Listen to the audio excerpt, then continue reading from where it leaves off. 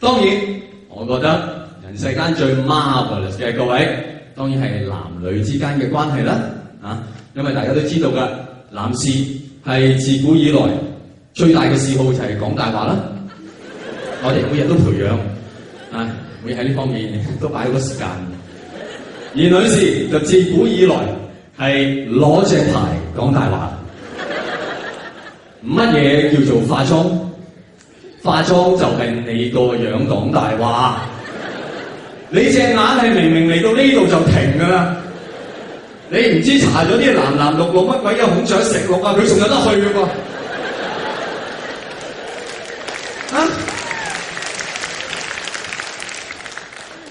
你個鼻喺正面睇咧就有一個正常嘅鼻，喺側邊睇你唔見咗嘅噃。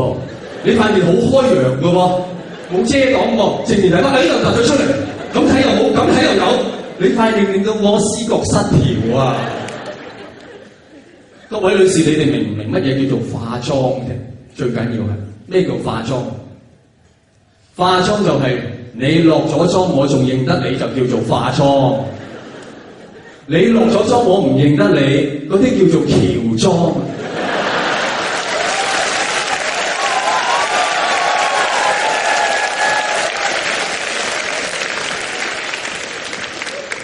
係啊，大家成日返屋企有陌生人，點解咧？邊個你？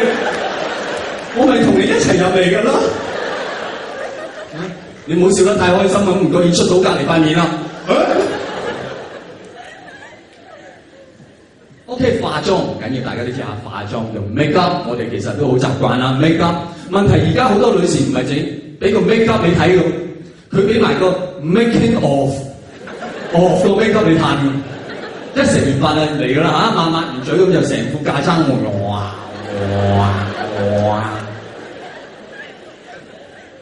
你唔明啊？你化妝唔係為咗呃我嘅咩？你做乜俾埋個 making of 我睇？你不如唔好化，唔化妝冇禮貌啊嘛！即係點啊？即係你唔化妝有個冇禮貌嘅樣嘅係，即係你化妝就好地地，識嗌人早晨，食飯未啊？即係一唔化妝就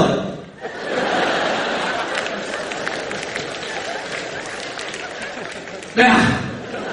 講咩啊？你親人大晒啊？唔好搞我啊！我冇化妝啊！我自己唔敢面對自己啦！冇禮貌嘅樣嘅，各位，我認為真正冇禮貌係咩咧？文眉啊，真係冇禮貌。文眉咧咩意思？文眉你真係侮辱我嘅視覺功能啊！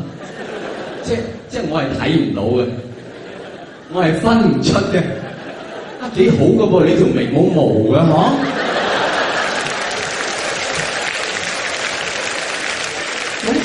咁我咪剃唔到你眼眉咯。